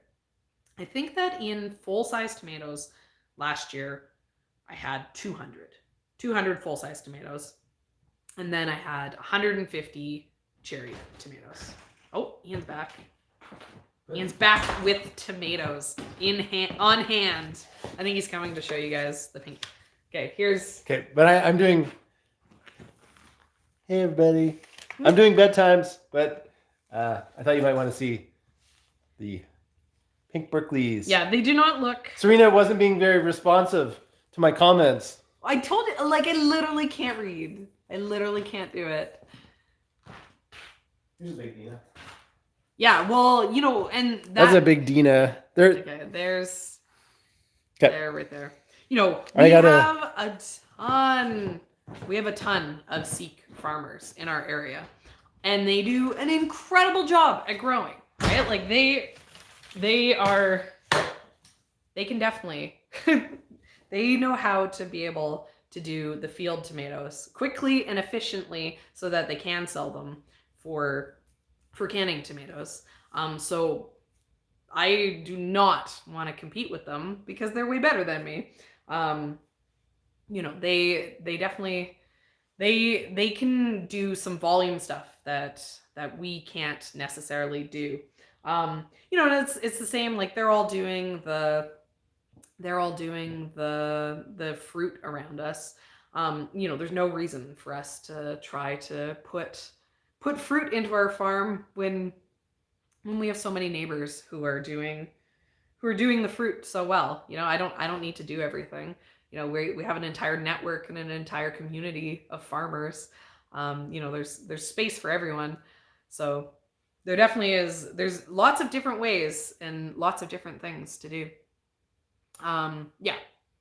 So the plan, I'm going to do 150 pink Berkeley tie-dyes, maybe more. I bought 300 seeds from Wild Boar Farms because I was out of them. I used up all my pink Berkeley tie-dyes and I was like, well, if this is my plan for the business, I better make sure I have the seed to do it.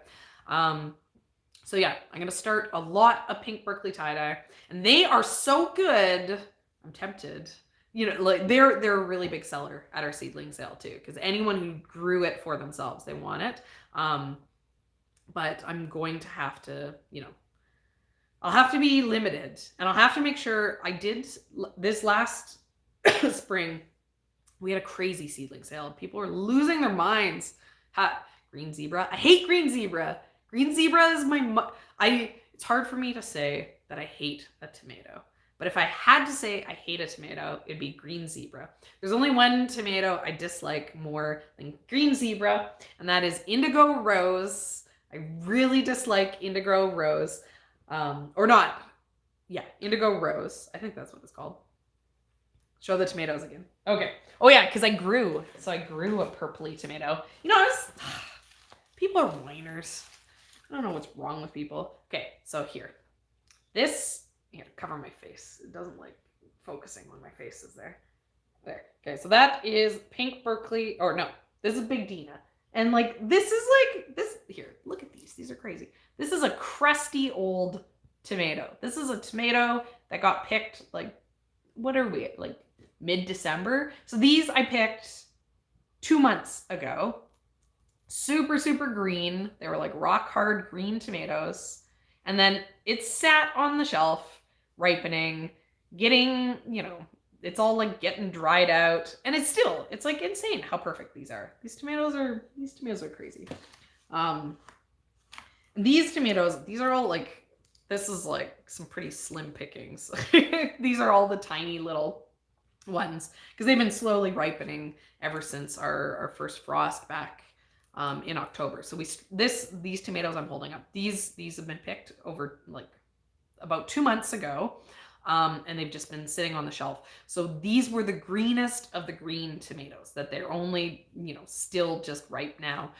So a lot of these, like you can see how small this is. This was an immature fruit on the thing. Okay, I put it in front of my face, and then so this is the pink Berkeley tie-dye. I don't know if it's focusing properly.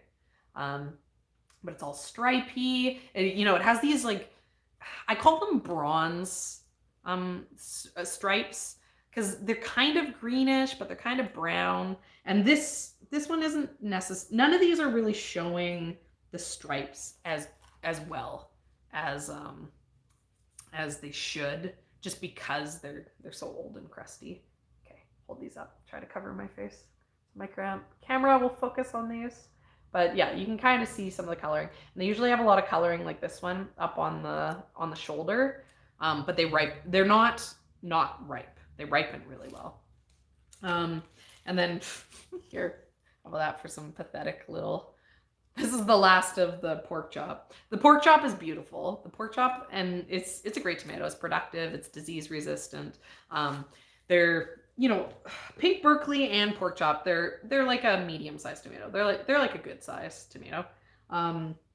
They were bigger than the Big Dinas. When like these, like you can see, this is really small compared to the Big Dina. This is kind of what the Big Dinas were like, and these pink Berkeleys were normally bigger. And then like this kind of classic tomato shape. Oh yeah, okay. And then these are so fun. Look how cool these are. So I hate Indigo Rose. It's the worst tomato ever. Tastes gross, and it literally will like sit on the vine and won't ripen for like 3 months. It's annoying, super annoying. But this, look at those black things. They get ripe on the bottom, so you can tell when they're ripe. But like super, super black, super cool. These are Indigo Apple. And these I got from Wild Boar Farms. And these are great. Indigo Rose, garbage, worst tomato ever. Indigo Apple, awesome. I grew it for my farm because it's productive and tasty and good. And yet again, these like tiny little baby cherry tomato looking things, these aren't what they were like. This is just, these are just tiny because it's just this immature fruit. But yeah, So, excellent. All of those. I highly recommend all of those. Excellent tomatoes. It's pretty funny that, I go to like do stuff for the market, and 3 of the 4 that I did were Wild Boar Farm tomatoes. Like his tomatoes are great. They're excellent tomatoes. Yeah, and so next year, pink Berkeley tie-dye, 150. This is the plan. 150 cherry tomatoes, 50 Juliets, maybe 100, because I love Juliet, so it's hard for me to limit myself that much. And then 150 of the pink Berkeley tie-dye. That's what I'm going to do. How many is that? So 350, maybe. Really? Indigo Apple was your most productive? it was good production for me, but I gotta say, if Indigo Apple was your most productive tomato, you gotta grow Juliet, because Indigo Apple was not that was my least productive tomato. Yeah, so I already have the pink Berkeley tie-dye. What I thought people were maybe saying that it was sold out. Hopefully not. I mean, Brad, I don't know. He might not it might just have been sold out on the website. Maybe he needs to pack up some more. He told me, because I asked him once, I was like, what's the best tomato or the best seller? And he said that pink Berkeley tie-dye was his best seller. Oh, okay. That's good to know. Okay, they're not sold out. Wild Boar Farms, go there right now. Best seller. That's what Brad told me. Everyone's favorite tomato that he grows is pink Berkeley tie-dye. So I am one of the masses, and you could be too. But yeah, they produced super early. They were really good. Yeah, not sold out as of 30 minutes ago. But now they're sold out. Run on his website and crash his website. Could you imagine? He'd be stoked, I'm sure, if we could all be so desperate to buy his tomatoes that we crashed his website. Yeah. You guys can go and crash his website, because I already have mine, so I don't have to be jealous of you guys and be like, oh no, I'm not going to get my seeds. Yeah, so I don't know. I will say, yeah, drunk on power. Tomato master. But I would feel drunk on power if I could convince everyone to grow Juliet. I'd be like, if once the entire world has a Juliet plant in their yard, whoa, my purpose here is done. And then they'd be like, oh yeah, but I grew it in a raised bed. I'm like, ah! Yeah. So I don't know. This is my plan for 2021. But I will say, I'm ready to be grumpy about tomatoes again. I feel like there is potential. I feel like this plan could work. I would say I always feel like my plans will work. That's why I do them. I try to put some forethought into things. So I thought that this mix that sold really well and made me really angry. The only tomato out of the ones that I just listed that's at Johnny's is the Big Dina. The rest of them are from Wild Boar Farms. And okay, get your pens, guys, one more time. Okay, pink Berkeley tie-dye. So hippie tomato, they're wearing tie-dye and they go to Berkeley University. And then pork chop is the yellow tomato. It's a yellow stripy one. Pork chop, like the food. And then indigo apple. And so purple apple is the really dark one. And all of those are from Wild Boar Farms. And then the other one that I grew, which I loved, I thought it was great. This is the Snow White and the Seven Dwarves, the tomato that the witch gives to Snow White. Have you ever seen such a perfect tomato? This is Big Dina, big, large Dina. And this is from Johnny's. And I don't know if it's exclusive to Johnny's, but it's very expensive. So you're probably not gonna find this one in any of the non-farmer seed catalogs, because this is more of a professional grower tomato, because most gardeners don't want to pay $1 a seed for their tomatoes, but I do, if they're as good as I think it's Dina with an E. and it might be one word. But if you put in, I'm sure anything close to that will bring, ask Google and it'll know what you're talking about. Yeah. So, and then my number one favorite, here, let's do the entire list. So the best tomato in the world, the one that everyone needs to grow, is Juliet. Okay, if anyone is saying that like Juliet sold out, it was probably just that they're not packaged yet for like 2021. I'm sure there's lots of Juliet available, like, and Johnny's I think has most of their stuff in stock now. So I'm sure, like Juliet, I'm sure you'll be able to find. You just maybe were looking before they had updated for the 2021. Yeah, and if you have confined space, people are always like, Serena, I only have space for 5 tomato plants, or they say I only have space for 4 tomato plants. What should I grow? And I'm like, well, you should grow 5 tomato plants because you should grow a square and then grow a 5th one in the middle. Just like cram them in there. And then my advice is that you should grow 4 Juliets and then a cherry tomato. if you can only grow a very small amount. Oh, that's not bad. I don't know. Maybe it was less than that. I bought the 100 pack. Maybe it was 50 cents a seed when I bought it. I was like laughing. There was like some $2 tomatoes in there.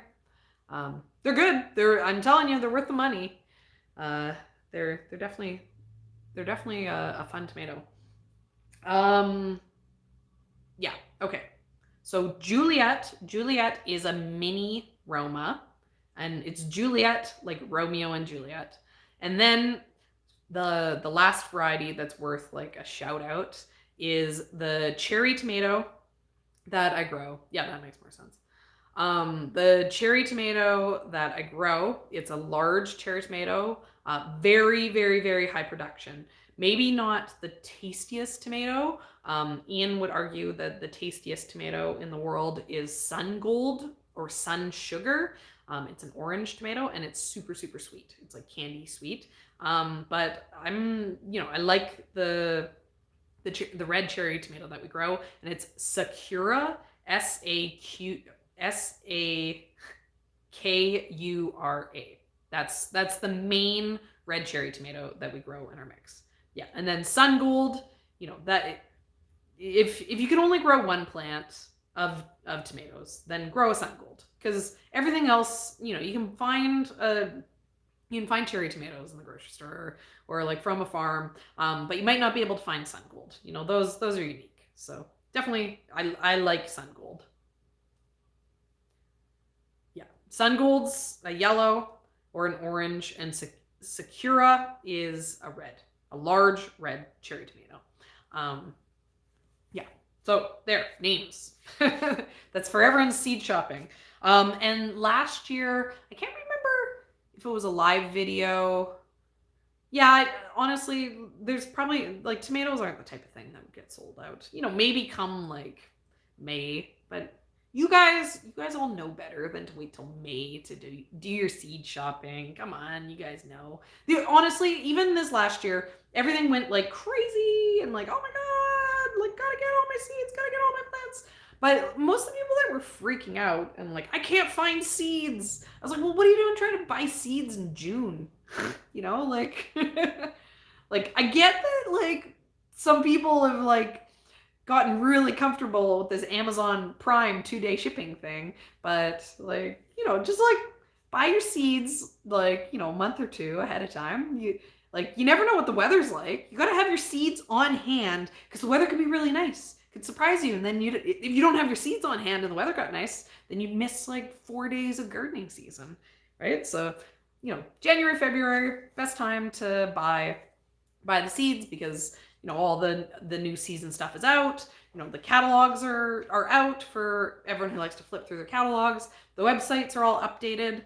Lots of places, they don't necessarily update their websites until they're into the new year. So, and there might be seed shortages this coming year, just because there have been some like crop issues, but there's also like there's so many things to grow, right? Like, it'd be a bummer if there was no Juliets because we all need to have one. Everyone needs to have one. But, like there's always next year too, right? Like there's enough seeds in the entire world that we don't need to worry. Like just share your seeds, like it'll be fine. It's not like we have like less than the amount that everyone needs. Just get your orders in early. Shipping isn't as great with COVID. Just got a long winter ahead of us.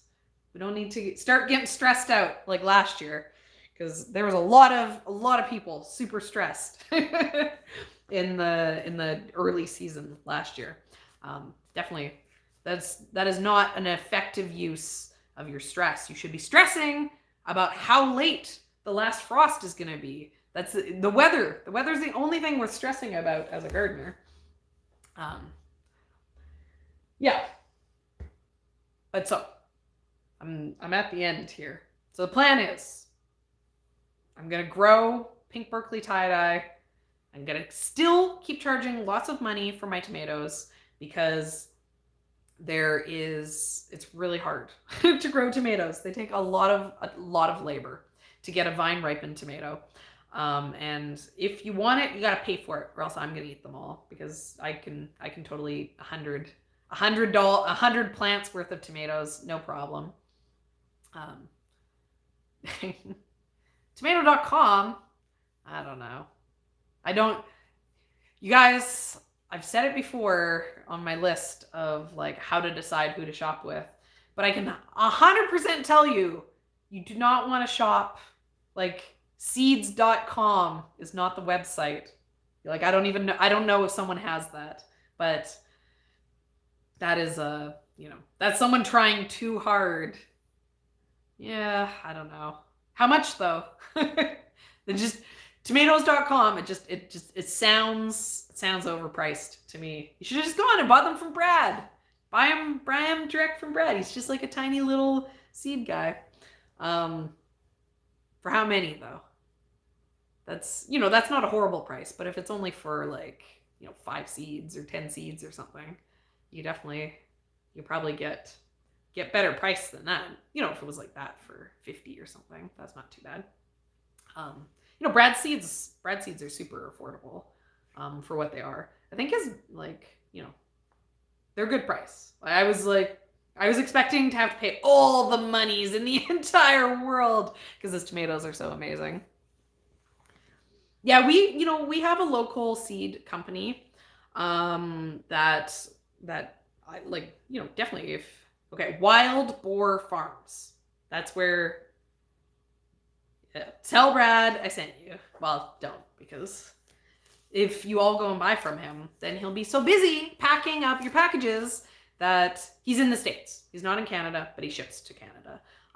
Though I know that you guys are like international. I don't know about everywhere. You'd have to check the website. But I know that he's fine to Canada. Kalettes. I don't like kalettes. I don't like kalettes because I've tried many times to grow Brussels sprouts and I can't do it. And kalettes are just Brussels sprouts. Oh no, yeah, Wild Boar Farms he's in California, I think, is where he is. The only one that I talk about that you can't buy from is William Dam Seeds. They only ship in Canada. But the rest of the places that I talk about are pretty good. And the one, my number one favorite, Johnny's, who the only reason why I buy from William Dam Seeds because the price is good for me because of being Canadian. I don't have to worry about converting to the US dollar, and I don't have to worry about crazy shipping and import fees, which I have issues with Johnny's. The shipping is very, very expensive for me from Johnny's. Not like, the shipping doesn't sound too bad when I'm like, oh, it's like $50 to ship my package, but it's $50 American. So then there's like 30% on top of that, and then like I get dinged, right? So like $50 American is, if there's 30% on top of that, that's like, so it's $65 Canadian, and that's like, we have expensive shipping here, but that's expensive shipping. But yeah, Johnny's. I love Johnny's, and Johnny's has like some of the best international shipping out of like most of the companies that I've heard of. They are very, very clear about their shipping too. I had someone asking me about like a Eastern European country, like if they could get seeds from there, and Johnny's is like, here's places that like we can't ship to. Here's places that like have issues if we ship to them, so you need to ask for this type of letter. Like, if you go and check into their shipping details, they have very clear, like, so if you don't know if they can ship to your country, they seem to have very clear rules. And then they have some, if they will still carry things that they can't necessarily ship out of the States. Maybe it's a seed that it has some sort of restriction on, or maybe it doesn't pass some sort of international testing standards or something, so they can't ship it internationally. But if you're looking at something and there is any sort of restrictions on it, it'll be labeled. And I feel like maybe Salanova is one of those ones where it's fine to Canada, but maybe there was a few extra countries that they couldn't ship to. But if I like Johnny's because they're very clear. They're obviously used to having people all over the world trying to buy seeds from them, so they make it super easy. Yeah, good company. Highly trust them. I'm like, Ian, we should like talk to Johnny's and see if they have an affiliate program. I'm like, we send people there all the time. We should like try to get like a 2% back in free seeds. Pay for all, then we could buy all those fancy things that Johnny's has, because they have some really, really cool stuff. But yeah, I've been looking at their website too, and it looks like a lot of their stuff is in stock already for the new year, except for things that look like they actually are back ordered. So I was pretty happy at what the website was looking at when I was looking at it last week, because I bought some things from them. I have some eucalyptus, and I have some lysianthus that I have coming, hopefully. Hopefully it's coming. I paid for it, so it's coming, I'm sure. But yeah, so I'm gonna try those out. We don't sell seeds. I know I spend an insane amount of hours talking about seeds. So we cut out there. Yeah, it probably seems like I should sell seeds because I'm so obsessed with them, but I don't. And I don't think that I will sell seeds in the future, just because it's very complicated to ship seeds internationally. And I know most of you aren't in Canada. If I was down in the States, maybe I'd think about doing it just for, the majority of you that are in the States, but it gets too complicated having to deal with international borders. That's one of the reasons why I like Teespring for the merch so much. They're like another company that's really good for, it's good for if you're in the States. But they print out, and they have like a place in the UK, maybe. They have like a European printing, so it's like good shipping for everyone. There's no Juliet's. Well, I'm sure. I don't save seed. I just buy all my seeds. That's weird. Maybe they don't have Juliet. If they're recommending a different seed instead of Juliet, that kind of makes it seem like maybe they aren't even going to stock it for this year. Could you imagine? Worldwide shortage of Juliet seeds? Good thing I have like a secret hoard. Can't run out. Yeah, it happens, right? I remember clearly a few years back, about 10 years ago. Oh yeah, the lysianthus. So there's a joke about the fact that I'm starting lysianthus, and it's the fact that last week's live, the whole thing we were going to talk about on last week's live was the fact that I'd bought eucalyptus and lysianthus seeds that I was going to try to grow, which I exactly, it said over and over again, I'm not going to grow this. It's too much work, because you have to start them like now. They take like Lisianthus is like 120 days till like you plant out your seedlings.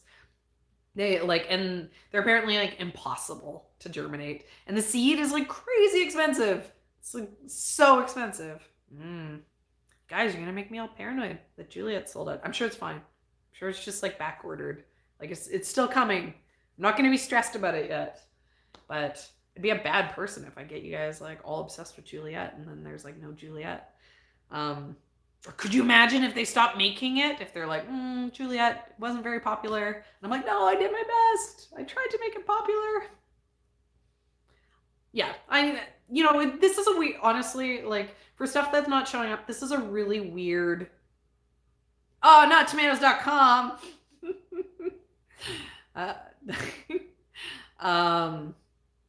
Yeah, I mean, this is a weird time of year for buying seeds, right? Like what I was saying before. I really do think that like January is a better time to be buying seeds, because a lot of the places that have that sell seeds, they're not ready yet. They're finishing, they're finishing off their year. Like, you think about it, like, when are seeds ready? Seeds are ready like after the things flower, and then they have to like, die off and everything. So lots of seeds aren't even ready until like after the frost. So, I imagine so much of the seed is kind of only being like picked and processed kind of like October, November. And then it has to get from the farmers and into the hands of the seed companies. And then the seed companies, before they can sell it, have to get it into like all those millions of little packages that show up for us. So there's like so many little hiccups that could happen. Like the print, let's say red number 48 dye is having some supply chain issues. And so the printer who prints out the seed packages can't print any of the images that have that specific color in it, because there's a month-long back order on that dye until it's going to show up. And so they can't print those seed packages. And so now the seed packages are a month late to show up for the seed companies before they can then fill them. And then therefore they can't put Juliet tomato onto the shelf. There's so many of these like tiny little supply chain things that can happen that make these like little hiccups that, like, don't worry, guys. It's early. It's early for stressing about not finding stuff. Yeah, tomato blossom end rot maybe is like when they get the little bottom. There's a few things that can cause that. Like lots of diseases cause that. Then I've also heard that like low calcium, like you can have like soil imbalances that cause it. And like different plants have different usages of that. So some are worse than others. So almost everything that I like to grow here, like when it comes to tomatoes, because I saw someone asking heirloom or hybrid, and honestly, like probably in almost, uneven watering, but only so much. People are like, oh, like uneven watering. I mean, if you grow tomatoes in like a pot on your patio, then like maybe it would happen. But don't grow tomatoes in a pot on a patio. It's like having a bonsai apple tree and expecting to get like, make applesauce out of the apples you get on your harvest. It's like a pot that's a hard life for a tomato. Just like put it in the ground. But so almost everything that I grow is a hybrid. I'm not a big fan of heirloom tomatoes. I'm not a fan of doing it the way like grandma did it, just in general in life. I'm a fan of doing it like the most efficient way possible. So, if like grandma was the most efficient woman in the entire world, then like, I'm taking her advice. She knows what she's talking about. But there is lots of things in life that are not worth doing just because someone has always done it that way. And that is how I feel a lot about seeds. I mean, like, I feel like this Big Dina is a perfect example, because like these tomatoes are insane. This plant was like resistant to like every tomato disease possible, like the list of things it was resistant to. and then like high production, and they like come out and they, I can see why people are like, oh, GMO, I hate GMO. Like these, like you think these are fake because they're so perfect, and they're not perfect because I grew them super good. They're perfect because like this plant is like the peak of perfection, you know, like like insane, insane. Like I'm so beyond like it's incredible. Like we've had like, first of all, we've had the entire human history of like agriculture, of people like getting us all these like wonderful seeds. So like, yeah, obviously thank you heirlooms. Like this isn't possible without the entire human history of like selective breeding. Obviously, like we need all the plants from the past that went into this. But why wouldn't I want to buy the newest and the greatest tomato? Like there's been like so much incredible, like the stuff that comes out every year is like incredible. Like all these people, they're spending like 20 years developing these things, and we're like so lucky. We could be like, well, I don't really like like my stomach's very sensitive, so I don't really like high acid tomatoes. And like, also, can we make sure that my low acid tomato is also, I want the skin to be pink, but then when I slice it open, I want it to be red, and I want the seeds to be yellow because like it's a rainbow. And someone's like, yeah, sure, I made that for you. Like, here you go. I spent my entire life and I made this tomato for you. Here. And then for me to be like, well, can you make it an heirloom also? And it's like, no, I can't. You have to like literally grow this for 100 years before you can like categorize it as an heirloom.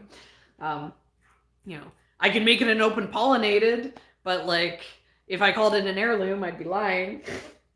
But yeah, so I like hybrids because they're great, right? Like I'm a hybrid.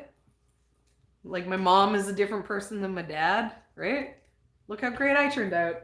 My kids are hybrids. Like, I didn't make clones of myself. Hybrids are great. But, there's a, in the same way that there's like a lot of people giving really bad info about why you have to have raised beds, there's a lot of people giving really bad info about seeds. And I, like, who am I to talk? maybe I'm one of them too. But yeah. I'm definitely like, I'm pro hybrid all the way. I want stuff that's like disease resistant. I want stuff that's like high production. I'm not anti heirloom. I'm not anti open pollinated, but I don't save seeds. I don't have the time or the energy or the the capacity to do it. Because some stuff is simple. Like tomatoes. Like you could save a seed from a tomato. There's pretty good chance it won't be cross-pollinated. Beans, you don't have to worry about cross-pollination. But pretty much everything else you have to. Like I see all these people on the internet who are like, oh, I planted this squash and like, what is, like, it isn't what I thought it would be. And I'm like, yeah, that's because like you got a zucchini gourd. Well, Bo's still being crazy. I'm like, yeah, because you like scooped some seeds out of some like random squash that came out of your garden, and you don't understand how to like isolate to get like seeds that are like true to seed. It's not so simple. Or like, oh, like all those like stupid Facebook videos of like people picking tomato seeds out of like or the seeds out of like the strawberries, and then like I grew it, look, it made a strawberry. I'm like, I guess you could do that, but like, why would you do that? It's like, why?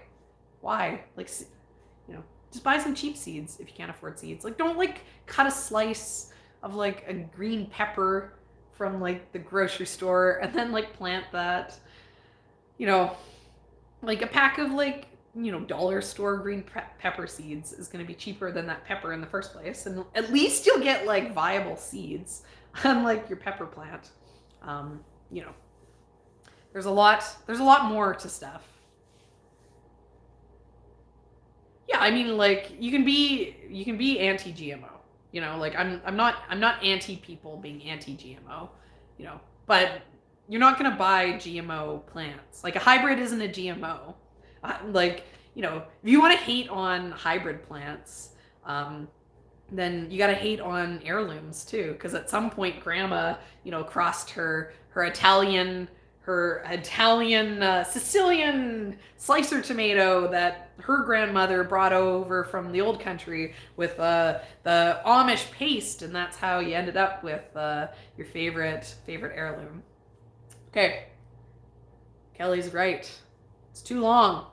I told Ian I wasn't going to go for 1,000,000 hours, and my battery's going to die any minute now. So I'm going to go. But moral of the story, grow all the tomatoes. Except for not me. I'm only going to grow a couple. Okay, thank you so much for joining, everyone. I can't believe that there's still so many of you guys here hanging out. But yeah, I have a really good video coming out soon. I'm currently, Fatty, I'm sorry. I'm currently editing a collab about the 10 most profitable flowers with Nicole from Flower Hill Farm. So I'm really excited. And I played with a green screen, so it's going to look like all crazy, hopefully. Probably will look like silly, but it'll be fun. So I have that coming out, and then I'll chat with you guys next week. Okay, thanks so much.